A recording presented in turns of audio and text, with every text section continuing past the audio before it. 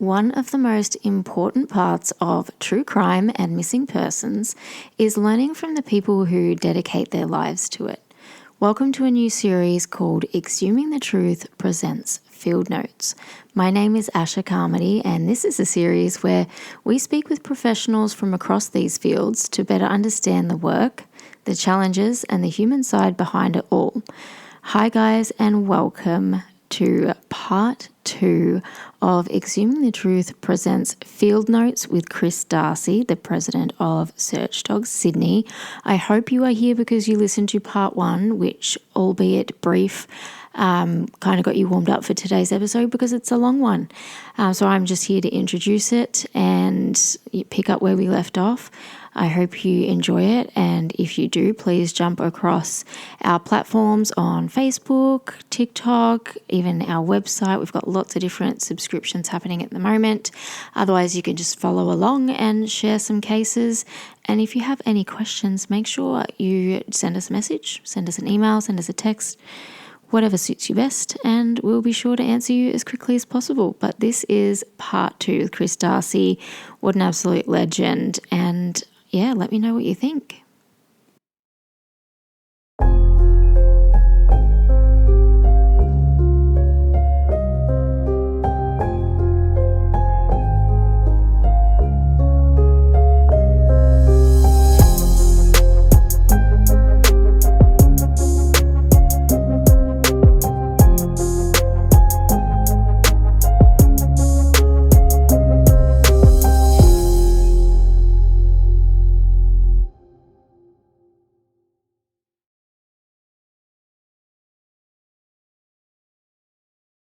Question that I have to ask you because my 7-year-old made orders. He would like to know, what breed of dogs is your breed of choice for training a search dog?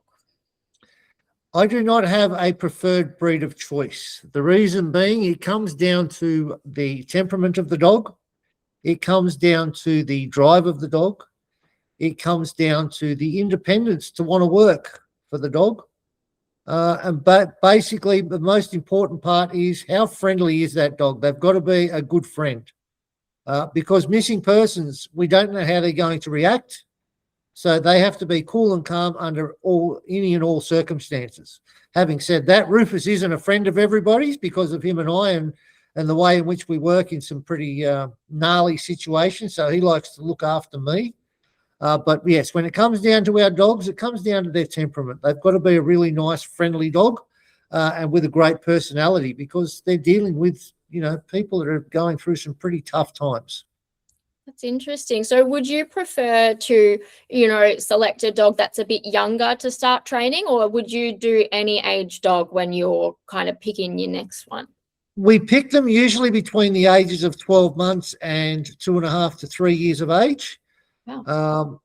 And well, look, there's lots of reasons for that. That's because of the fact that we like our dogs to come and be at least a little bit mature when it comes to their bodies, because we don't like to really start them training until they're 18 months of age, because their bones and their joints and their bodies are still forming when they're at a young age. So because we're looking at having a long career from the dog, and it takes 18 months to 2 years to train them, we like those dogs to be well started already. When it comes to the dogs, it's usually, a lot of our dogs are rescue dogs, so we don't have a breeding program. My boy came from a pound up in a rescue organisation up near Cessnock. We've gotten dogs from right across a lot of different organisations, and that's what makes a search and rescue dog. For example, our number one dog, and the reason that we're here today, Boof, was put up for adoption because his owner had come home to find that his motorbike had been chewed to pieces. Now, when I say chewed to pieces, he had demolished the tyres to the size of confetti.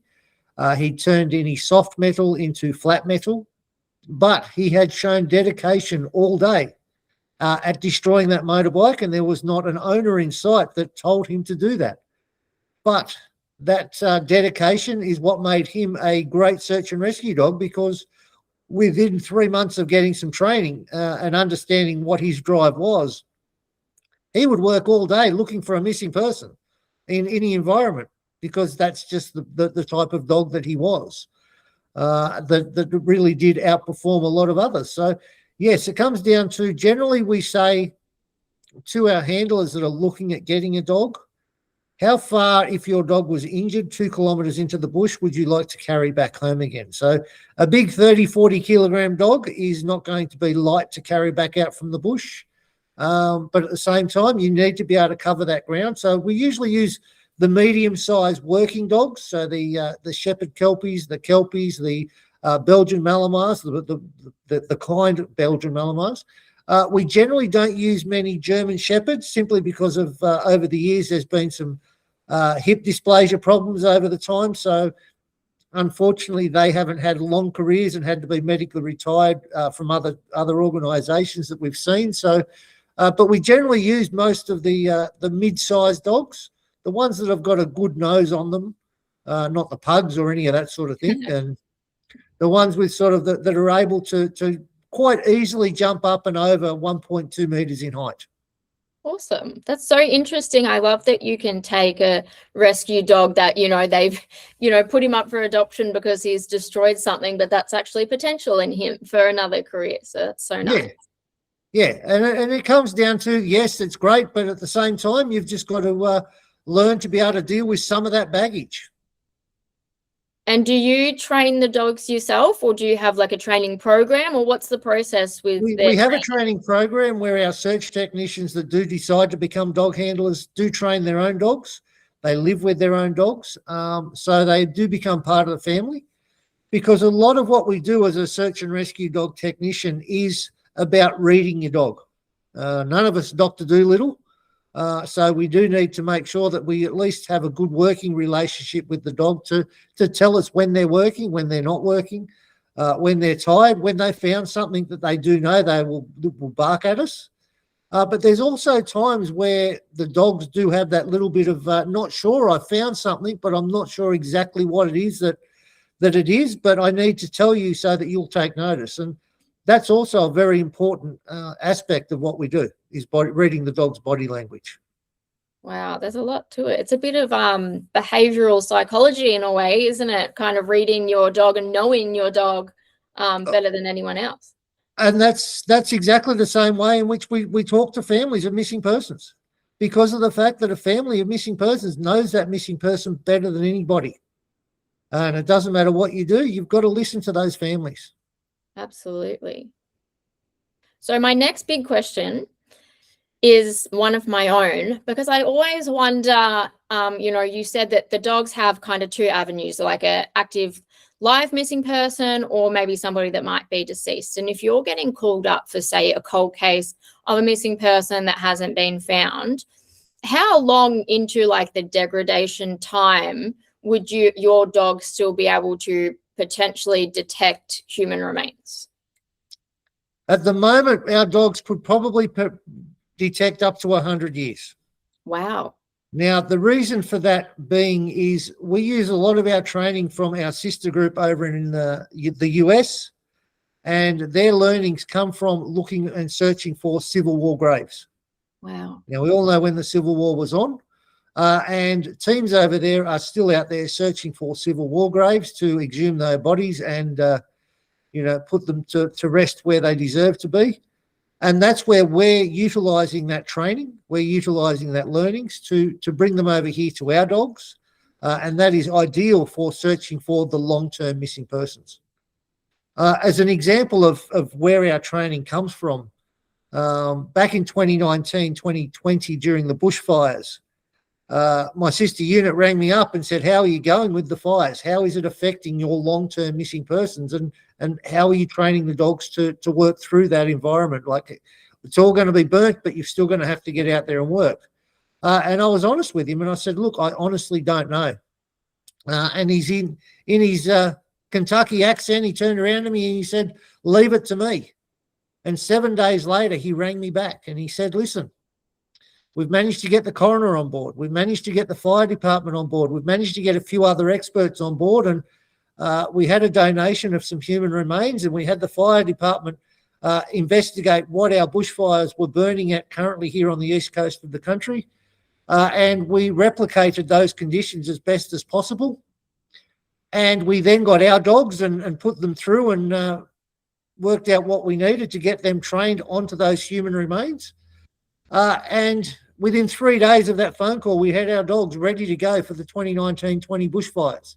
Wow. Now, had I have been trying to do that through a government organisation here in Australia, I would still be trying to do that. The ethics involved would be ridiculous, but it's by going outside of the bounds that we're able to actually train our dogs to be ready for any environment, for any situation. And in actual fact, we got that phone call from a friend in America for somebody that had gone missing in the bushfires. And that particular person had left their vehicle at their front gate throughout the fires and tried to get back to their house. Sadly, they were found deceased halfway back to the property. But that's where we needed to make sure that our dogs were ready for that situation at a moment's notice. Wow, that's incredible. And like, what an invaluable partnership that is, because like you said, the red tape here in things like that compared to over there, like to have that done in 7 days, that's unheard of, you know, for something over here. And that's something that you guys are obviously going to use and carry. You know, we have a lot of fires in our country, so that's incredible. Yeah. And look, that same training, that same information became invaluable to us in 2023 when we had a major building fire in Surrey Hills in the centre of Sydney. Yeah. And that caused 3 buildings to end up being demolished. However, what had occurred was there was 2 homeless people still potentially missing in that area. And one of the only few times that the State Crime Command reached out to me because they were told by their own dog squad that their dogs weren't trained for those environments or weren't available to work those environments. But that's where Rufus had been heavily exposed to those environments and was ready to go to assist in searching that area. Oh, what a good boy. What breed is Rufus? Rufus is a Malamar cross. I'm not sure what he's crossed with, but it's the right temperament and it's the right fit for us. And we've been working together for about 8.5 years now and covered, I don't know how many thousand kilometres together, and we do some really good work. Wow, good on him. How cute. That's so sweet. Have you had another dog before him if you've been doing it a bit longer, or was Rufus the first one that for you? No, look, ultimately, our life changed in 2014. We were deployed to our first urban search and rescue. At that time, I was just a search technician. I wasn't a dog handler. And that's when we realised that we didn't have what's called an ASR5 dog here in the country. We didn't have a cadaver dog, a human remains detection dog, that could detect and find deceased people in disasters. We were completely reliant on humans and on technology to search those environments. And that's where, when we were deployed to the Roselle building collapse in 2014, that's what changed the trajectory for me and my training to then start focusing on human remains and cadaver work because there was a distinct lack of that capability here in Australia at that time. And to this day, I can tell you there still is a distinct lack of services available, primarily through the government. I mean, there's quite a few organisations in South Australia, in WA, in Tasmania that have got the dogs available, ready to go for law enforcement, but law enforcement is not wanting to take them up on the option. Right. So you're having to be independent, like forcefully, essentially, because there's no other avenue. No, there's no other avenue. And unfortunately, when we look at the law enforcement in the 7 states and territories of Australia, there's only 2 police forces that have actually got a cadaver dog capability. Wow. That being New South Wales and Queensland. However, when we look at those in a little bit more detail, we find that their dogs aren't a specialised resource. Here in New South Wales, a cadaver dog is also trained as a drug dog. A dog may also be trained as a cash dog. It comes down to they don't have a single purpose, but that is affecting the families, and that doesn't provide the families with the support that they need, and that really does affect the results that we're getting, and hence why the New South Wales Police were just recently sued for I believe it was a couple of $100 million Wow. for illegal searching by their dogs. Interesting. Wow. That's insane. That's absolutely that's insane. I have never been, I feel like, in another country over here in WA, we don't hear of that sort of thing. And I know that we have a small group that do searches. I'm unsure of, I've only just learnt from you that, they can do one or the other. And, I don't know exactly what they do, but Rufus, you said, he does deceased remains. Is that right? That's correct. So we like to try and break human remains when it comes to the dogs up into 7 different stages. Yep. The first stage being an initial deceased, where it is a cadaver, the technical term being cadaver. But Rufus doesn't generally look for those because he is trained to look for the long term. So he does stages 2 through till 7, including cremated remains. Wow. That's crazy. So for your dogs that, are part of Search Dogs Sydney that are looking for live people, for example, what's that sort of time frame that somebody would call you to look for a missing person that they believe to be still alive? Is that something pretty quickly they get in contact with you and say, hey, can you please help us? Usually we get the call within 48 hours to 72 hours from the family once they start to realise that law enforcement may be struggling with trying to locate their remains, their loved one. But usually that's because of the fact that they're also aware of the other services that we offer, such as we've got 4 lost persons behaviour instructors. We're the only 4 instructors outside of the Australian Federal Police. So we're able to utilise all of that with our dogs to go out and find somebody. So usually it's 2 to 3 days that we'll get the call. By that stage, somebody is generally still alive. There's a really strong hope that, people have lived for 2, 3, 4 weeks after they've gone missing with a lot of different results. So we generally deploy our dogs as quickly as possible. And because they're what's called air scent area search dogs, it means they're able to go out and search the environment and cover a lot of ground very, very quickly. So it's not like what you see in television where we get a dirty pair of socks or undies and stick it under the dog's nose and say, go find them, Rex. And then we hold on to the lead for grim life. Because of their urban search and rescue training, they're trained to find any human scent within the environment. So they're let off the lead, they'll go and do their own thing, and then they will then tell us when they found somebody. So they can be working, between 50 and 300-400 metres away from us at any one time. Wow. That's impressive. That's like, people will be genuinely shocked, I think, because like you said, I talk a lot with a couple of other specialists in different areas about that CSI effect and people kind of looking at forensics, which is what I specialize in, and being like, oh, this is how it is because it's like that on TV, and it's just not. So it's interesting to learn that kind of spans across search and rescue dogs as well. Yeah, there is a lot of misinformation out there about search dogs and specifically search and rescue dogs because we're all taught to believe that the police have got that capability when in actual fact that's not 100% true. Our police dogs are trained to search for and apprehend a fleeing suspect, a criminal, and apprehend being the primary word. That's not something we want for a mental health patient. That's not something we want for an Alzheimer's or dementia patient. It's definitely not something we want for somebody that may not speak English or understand or even like dogs. There's a lot of nationalities here in multicultural Australia that don't even like dogs, that can't pat dogs, and we have to respect that.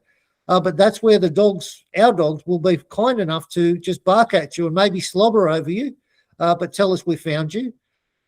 Because we don't want to repeat what occurred here in New South Wales not that long ago, where a man had left a hospital who was getting treatment at the time.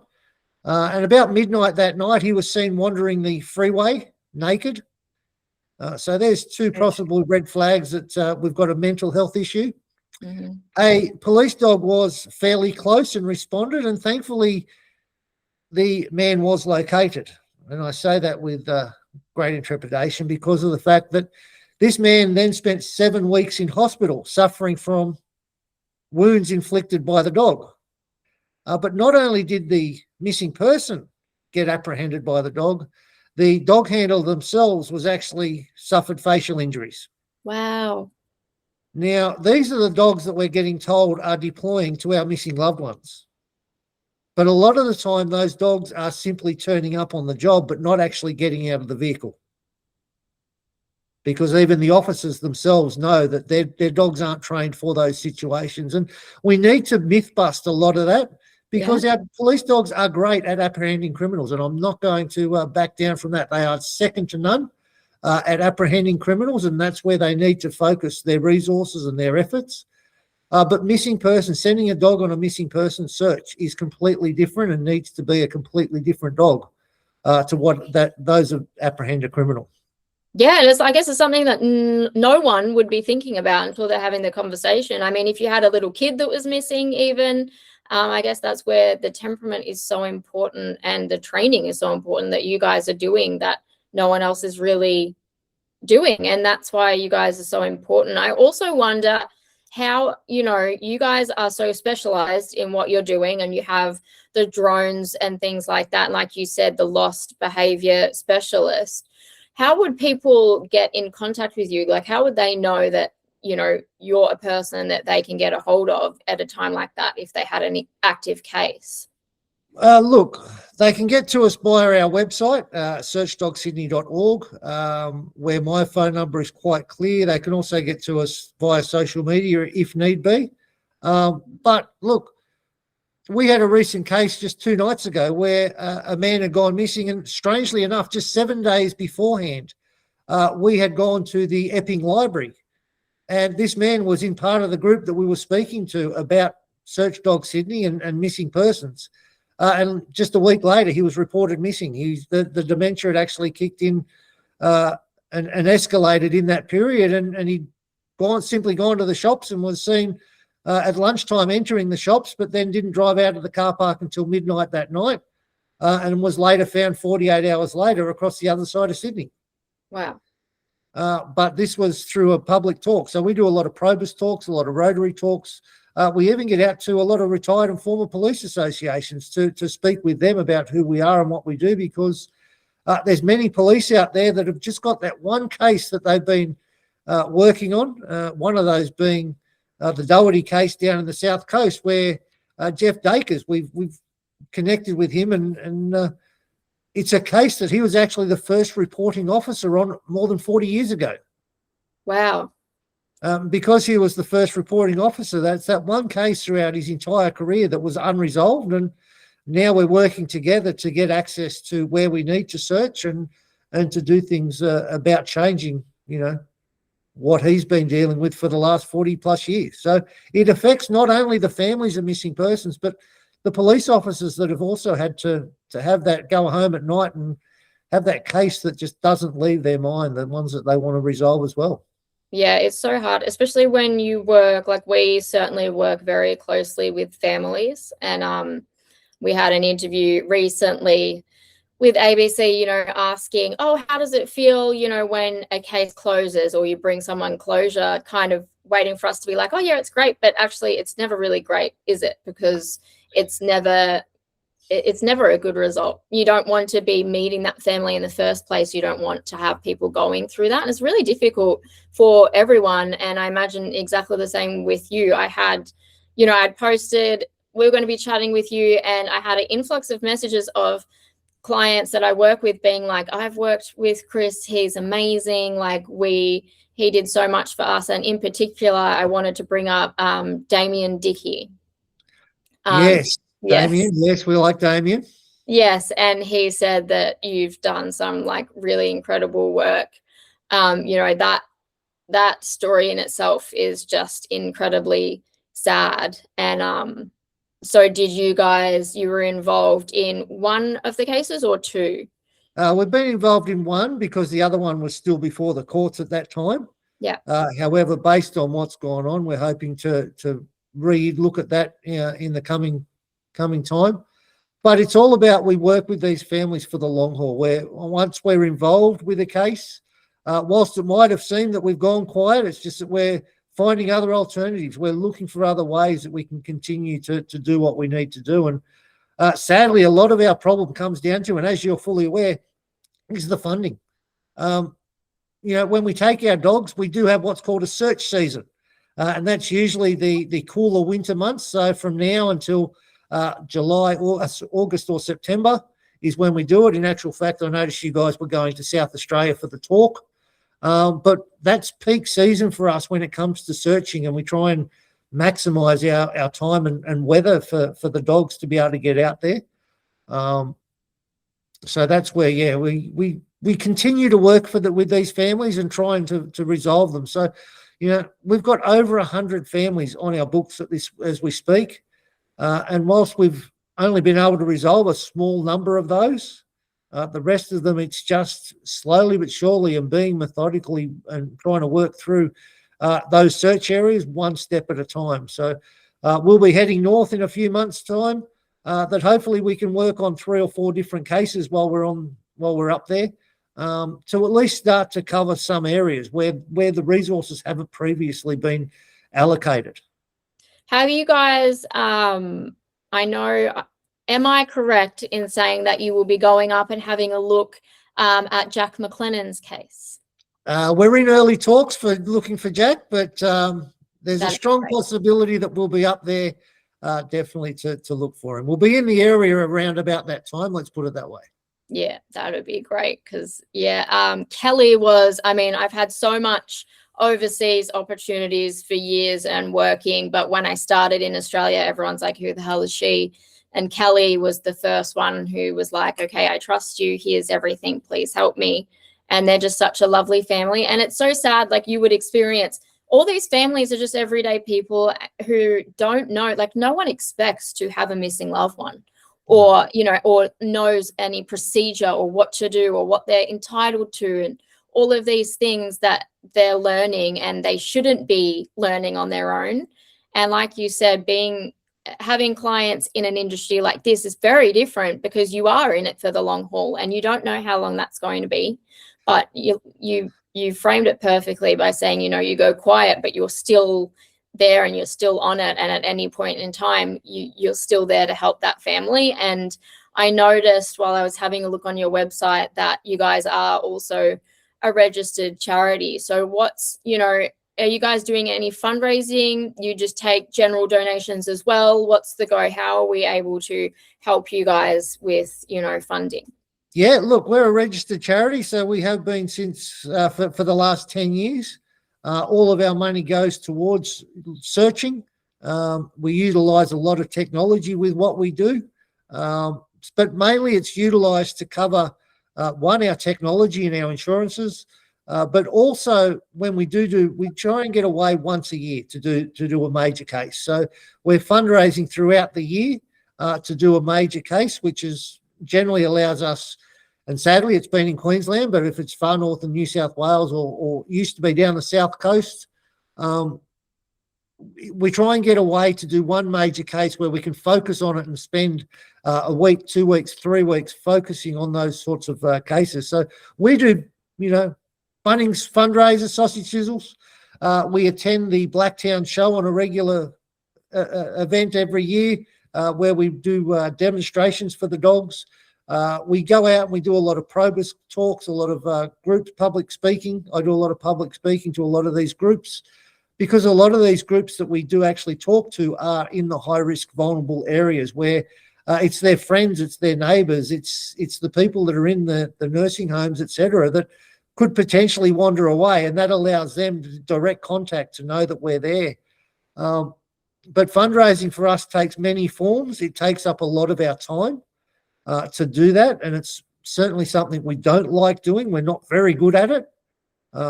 Hence why we've got the parliamentary inquiry, hence why we're trying to get proper funding, because we're not entitled to a lot of grants at the moment, because the New South Wales Police don't recognise our organisation. Sadly, they have deemed us not feasible, in the exact words of the New South Wales Police. So hopefully that will change throughout the inquiry, and we can get some funding that will allow us to continue to do what we do to get there. But yes, all of our funds just simply pays for the costs associated with search. And that does add up when you've got to travel vast distances.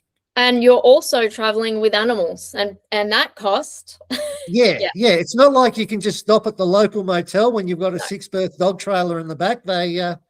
I remember stopping in Maryborough in Queensland on the way home one trip, and just pulling up at the motel, and we'd rung up an hour beforehand when we were out of town and said, "Oh, we need a room for the night. We've got a dog trailer."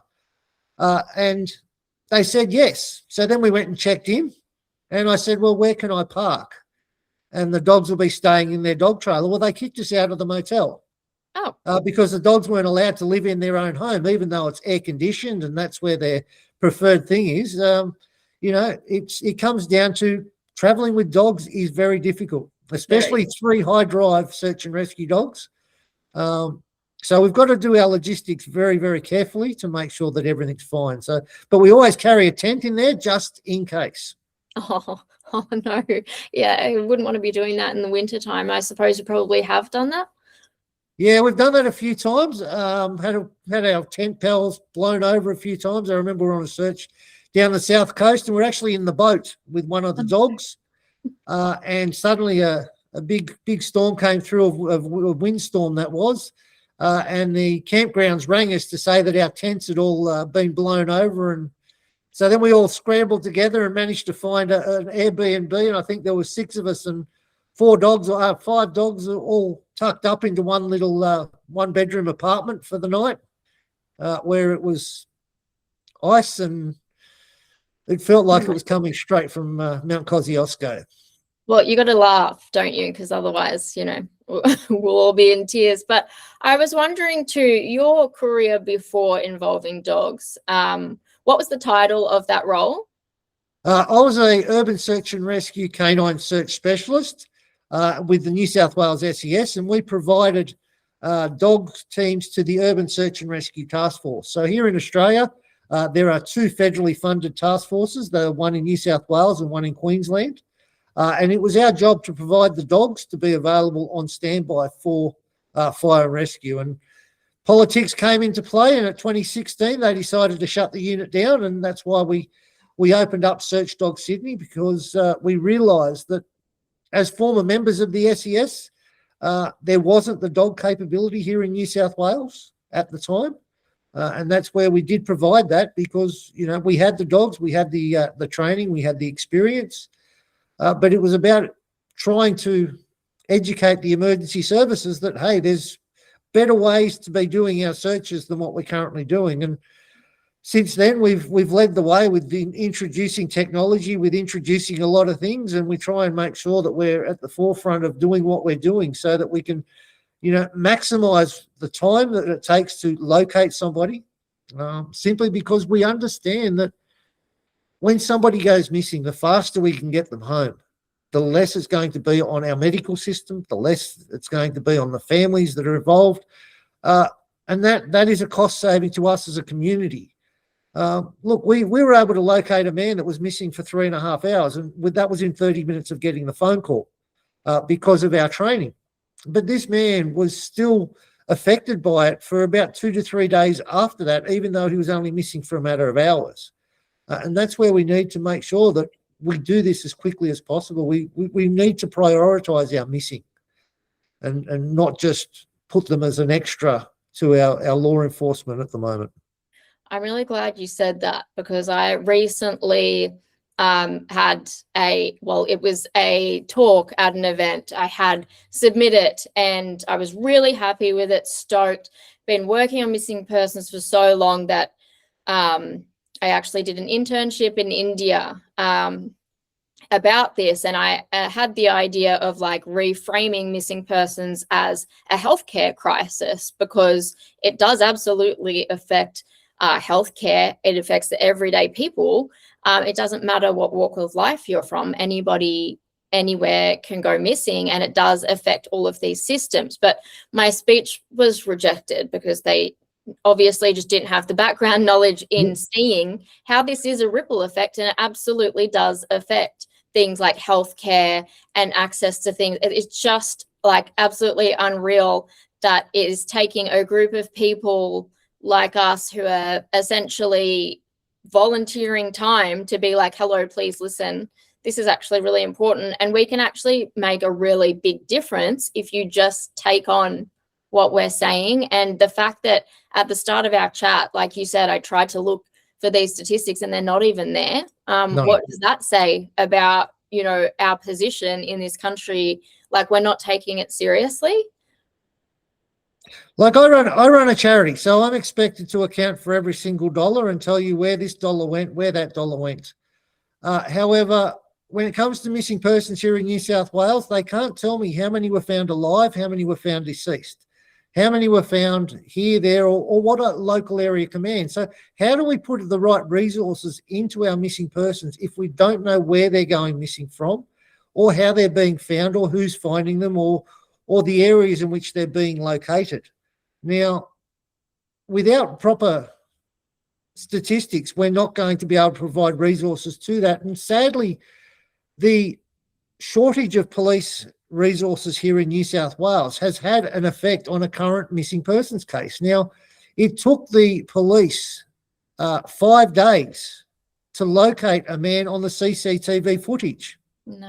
And that was because the footage was given to a specialist who had a look at it and realised that the initial detectives, because they were so rushed at trying to get through their job, to get so many tasks done, because there were so many competing priorities, missed that footage. So that meant that the SES, the RFS, the other organisations involved in the search were searching in the wrong area for 3 days.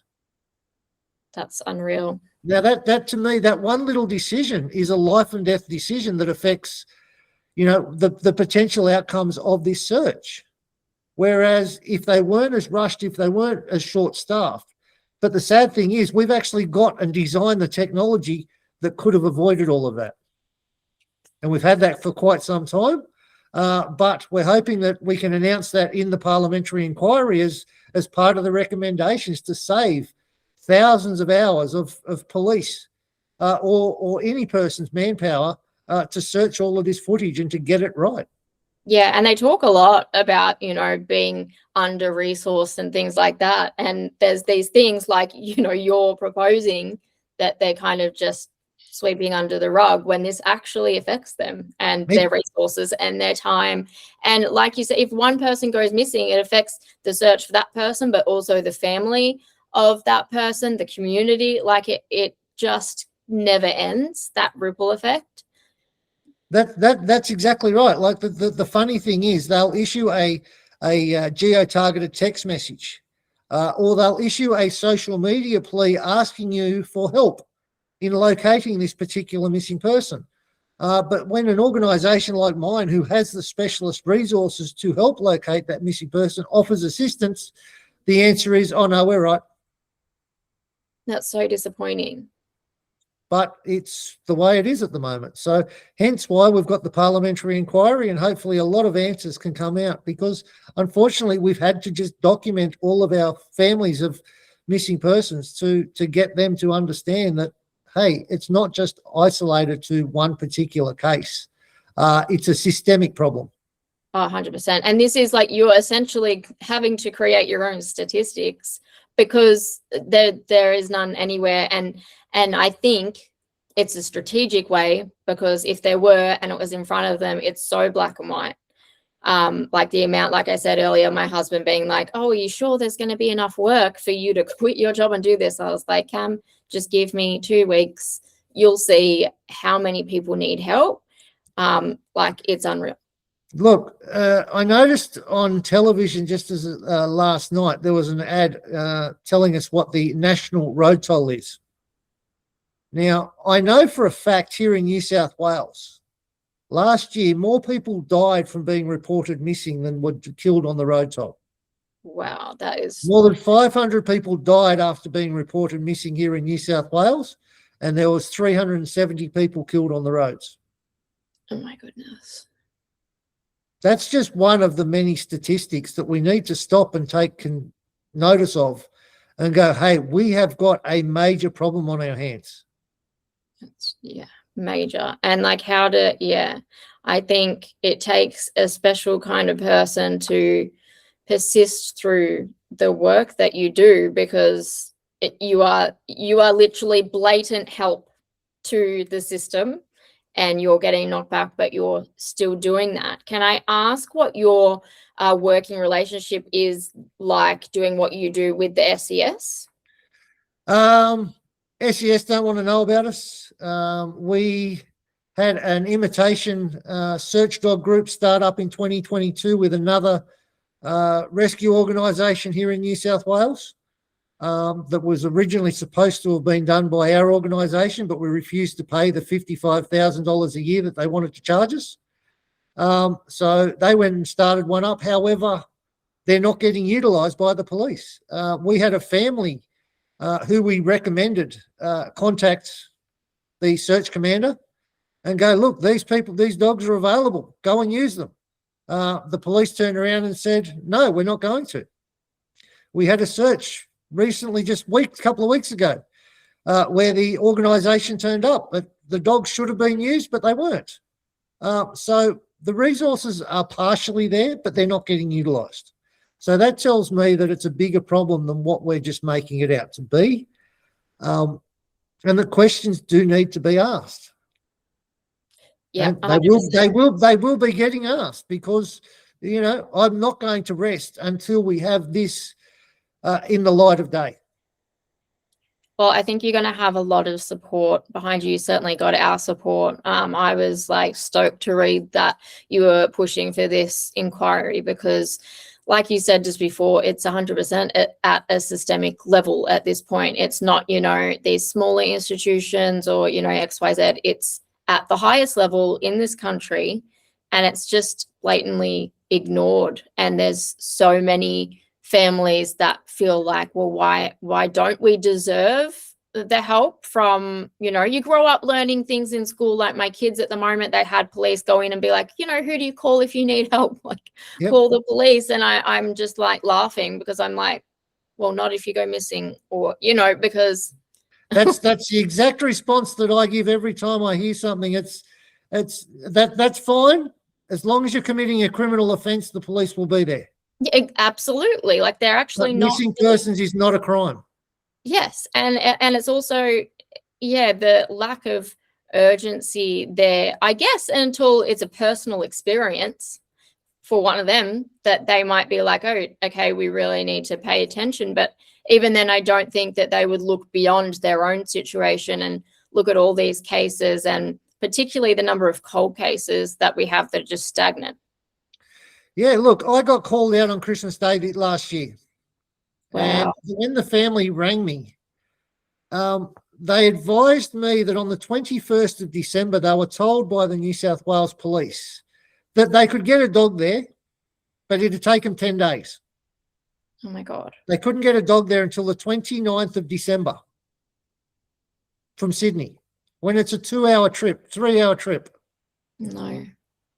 That's what they're telling families.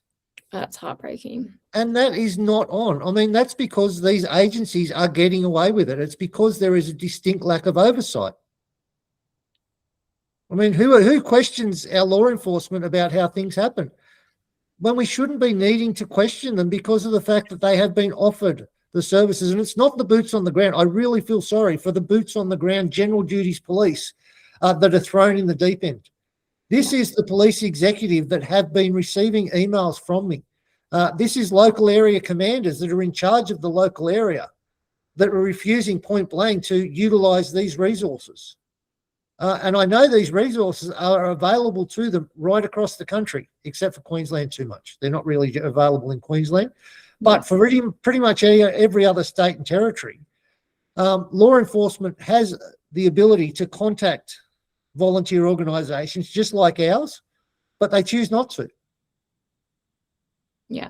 Well, like you said, it's certainly, you know, the boots on the ground cops certainly cop it. Yep. but it is higher. It's the orders that they're given by the people who actually might have the ability to make the change that just are ignorant to wanting to make change, I guess. Yeah. You know, I was speaking to one police force and I asked them about a certain program that we utilise for our searches. And he turned around to me and said, it's because we don't have the budget for it. I'm a small charity with a very small budget, but I can afford to have the best in the best mapping system.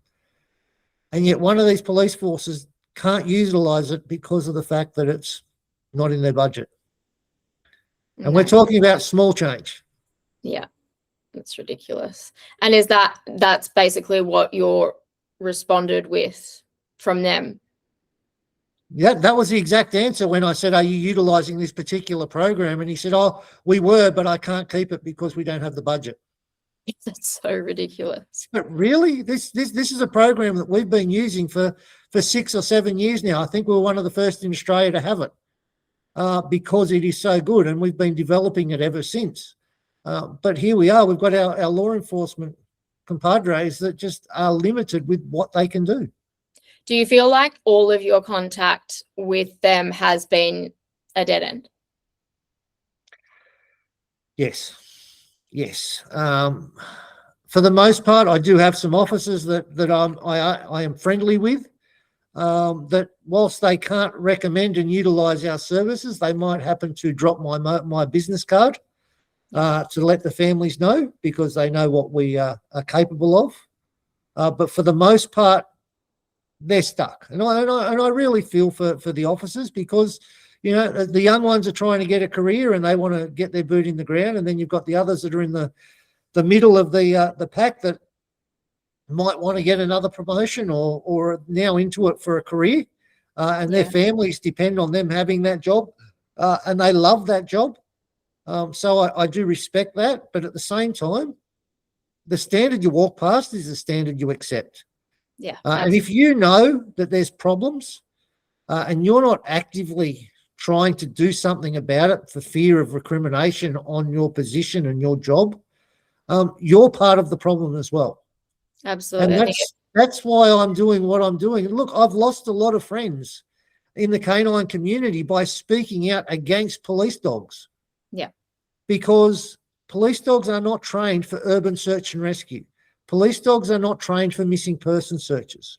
Police dogs are trained to apprehend criminals. They are trained to locate drugs and weapons.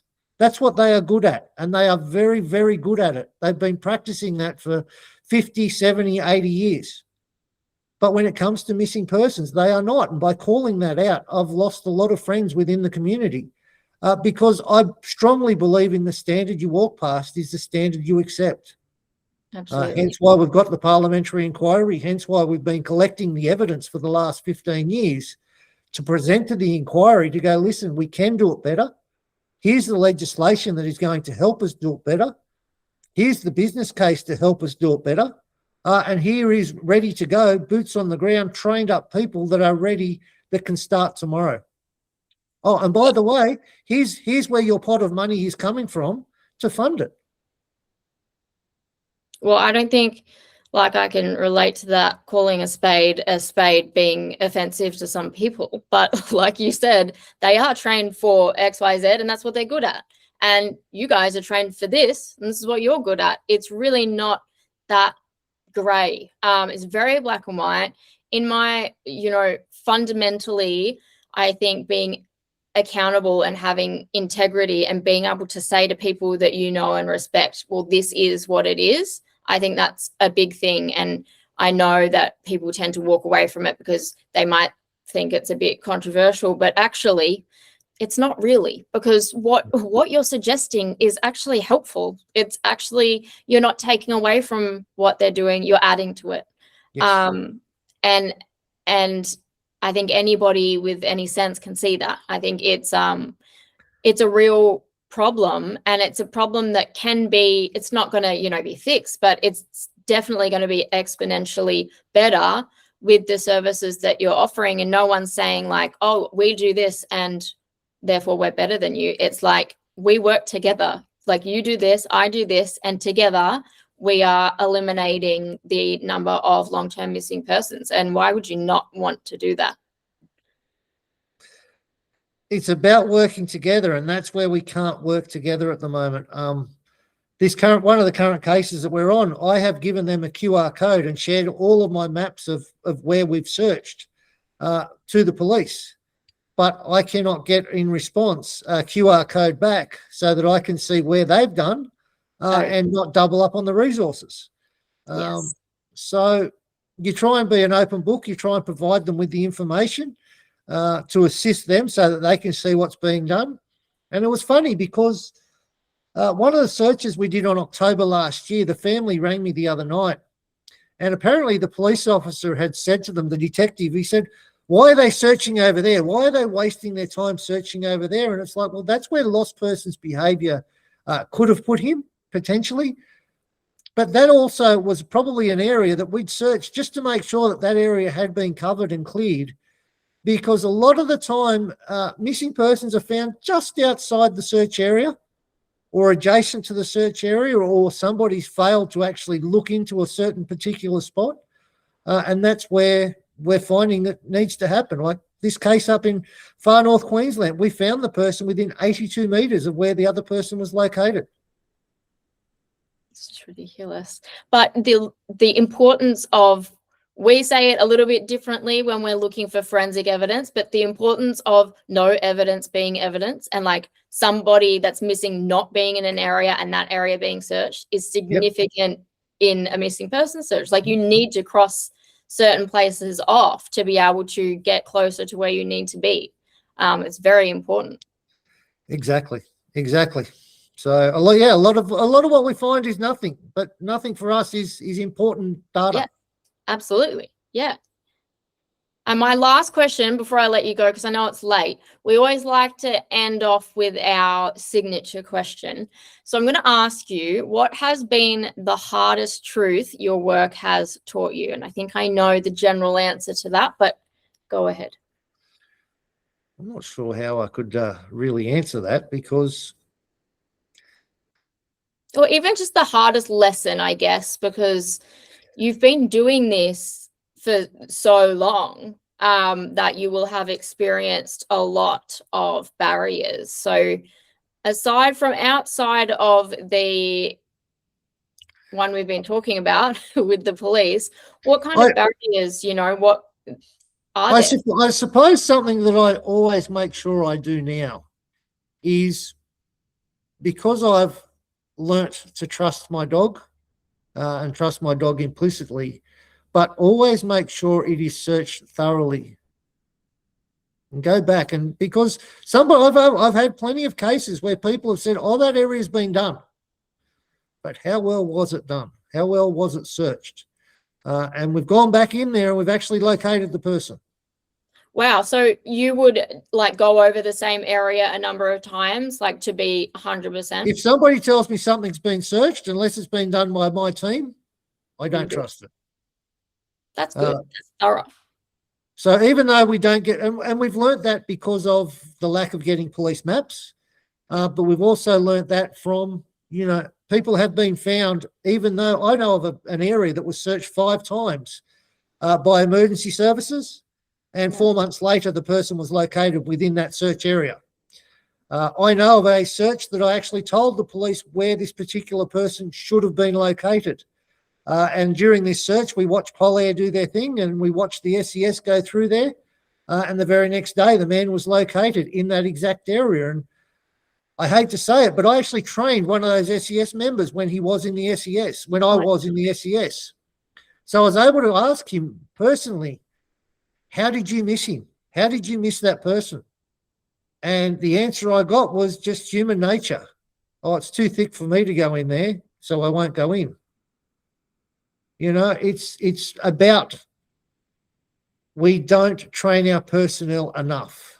We have a distinct lack of training when it comes to our missing persons. We rely on what we've been taught and a lot of myths that are still out there, and hopefully we can do some myth busting within this parliamentary inquiry, because even our politicians are falling for the myths.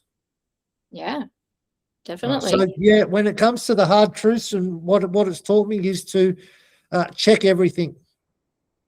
Right, that's so interesting. How early on do you think that started clocking to you? You were like, right, we need to, someone's told me that they've looked here, we're doing it ourselves anyway. Pretty much we knew that from the minute we started Search Dog Sydney back in 2016. But when it came to Trust Your Dog, I remember having an American in about 2013 or 2014 in a trip to Victoria that said, trust your dog, and he drummed that into me. And we can only trust our dog if we trust our training as well. Yeah. So that now we make sure that we push our training to the umpteenth degree so that we can trust our dogs out in the field. So if they're trying to tell us something, damn sight better listen to them. That's awesome. Well, thank you so much for chatting with me. Sorry about the technology issues, but it's been really great to, I mean, I was already aware of what I thought I was aware of what you guys did, which I already thought was amazing. I am a huge fan of what you do and a huge animal lover. So I was so interested to learn a bit more about that, but to hear the extent of not just like the work you do, yes, but the barriers as well, and how far we really do have to go to, you know, push this and get people the help that they rightly deserve. It's very eye-opening, and I know a lot of people are going to listen and be equally as disappointed, I think, to hear, you know, how tough it really is for so many people. Yeah, look, it's not, I don't want people to be disappointed. I want them to just be aware that we do have an issue, but we are doing the best we can to make it better. We need to change things. We can't just talk on social media and make changes. We actually do need to lobby our politicians. We do need to change laws. We do need to make some real systemic changes to the way missing persons are currently managed here in Australia. And I say Australia because it's not just a New South Wales problem. It's not just a Western Australian problem. It is a problem that we have across the country. And if we provide that little bit more resource to our missing persons and our missing loved ones, we're going to save in a lot of other ways as well. And that's where we can make those systemic changes by doing these political things. Like I've been to Parliament House 12 times this year already. Oh my goodness. You know, it's ridiculous the amount of times that I've been in there. However, what I've now got is I can ring up people and say, hey, I'm in Parliament. Can you meet with me for 5 or 10 minutes? And we sit down and we have a coffee, or I race into their offices now. We've now got a lot of support within the political ranks that now understand that there is a pretty major problem here with missing persons, but how are we going to navigate that space respectfully and without trying to put on the criticism to the police, because the police are doing the utmost best that they can do. But their hands are also tied. So we also have to provide them with resources. We all need to provide them with assistance. So it's been a very tough road to navigate that hey, we've got these problems, but then how do we find the solutions? And that's where we've been working very diligently. We held the first ever National Missing Persons Symposium in 2023, where we brought the families together that helped us design the solutions to the problems. In 2024. But that's allowed us a big step forward to help find the solutions to a lot of these problems. Yeah, you're so right. And I think we're very lucky to have you as such a driving force with, you know, a bit of experience of like actually being in there, going in there and having the confidence to do so. Because I think a lot of the time people are like, well, they're not going to listen to just me, but it's not just one person. It's so many people. And I always say to a lot of the families that we work with that you are going to be humbled by the amount of people in the community willing to back you and be there for you and support you. And I stand by that, because we do have so many good people like across the country who are willing to fight for it. And it's just getting it out there and making it happen, like you said, which is so important. So thank you so much for chatting with us and doing what you're doing. Like it's awesome. And I can't wait to see how it progresses. And hopefully it's, you know, this inquiry is a big one in the right direction. Well, hopefully you can help us push, because submissions are still open until the 30th of this month Awesome, for missing persons here in New South Wales. And look, together we can all come together, and let's get the inquiry happening here in New South Wales that needs to happen. Let's get the voices out there. Let's give the families a voice, especially those in New South Wales at the moment. That's not saying that, these other states aren't relevant. Far from it. This is just the start of the ripple effect that will go right across the country, that hopefully we don't need to have the inquiries in each state and territory. Hopefully they will learn from what happens here in New South Wales, and they will take upon the recommendations to do it themselves. And I'm sure that will eventually happen. But together, I'm sure if we come together as one community, because it's your missing loved one, you're part of a family. And that's why we try to say to our missing loved ones that we work for is, you're part of our family now. No matter what, we will be there through thick and thin, whether or not we found that person or not. You're part of that family. So we work together and we're their voice. Absolutely. I love that. It's so true though, because like I said, the community that comes with, all the work that you're doing, and all the work that there's so many, organizations across the country that are like, we're willing, and if it starts in New South Wales, it's got to start somewhere. So it'll get recognized, I think. Yeah, they tried to say no to me in Parliament, but I just kept going back and knocking on the door until I got sick of seeing in my face and just going, what do you want, Chris? Yeah. So now we are on first name basis, and I'm not going to stop until these families get what they so rightly deserve. That's great. No, that's so good. And they're so lucky. We're also lucky. Like I said, you've been kind of pushing in the right direction for so long. So thank you so much for making time. I also know that it's the time zone and it's a bit later there. So I really appreciate it. And I know that you're probably going to get an influx of lots of new questions and things like that. But and a lot of new support as well towards the inquiry and what you're doing, which is awesome. And look, Asher, if there's anything you ever need from any of your cases, please don't hesitate to reach out. We'll do what we can. I absolutely will do that. I will be in touch with you. But thank you so much, Chris. Have a great night. You're most welcome. Take care. Bye.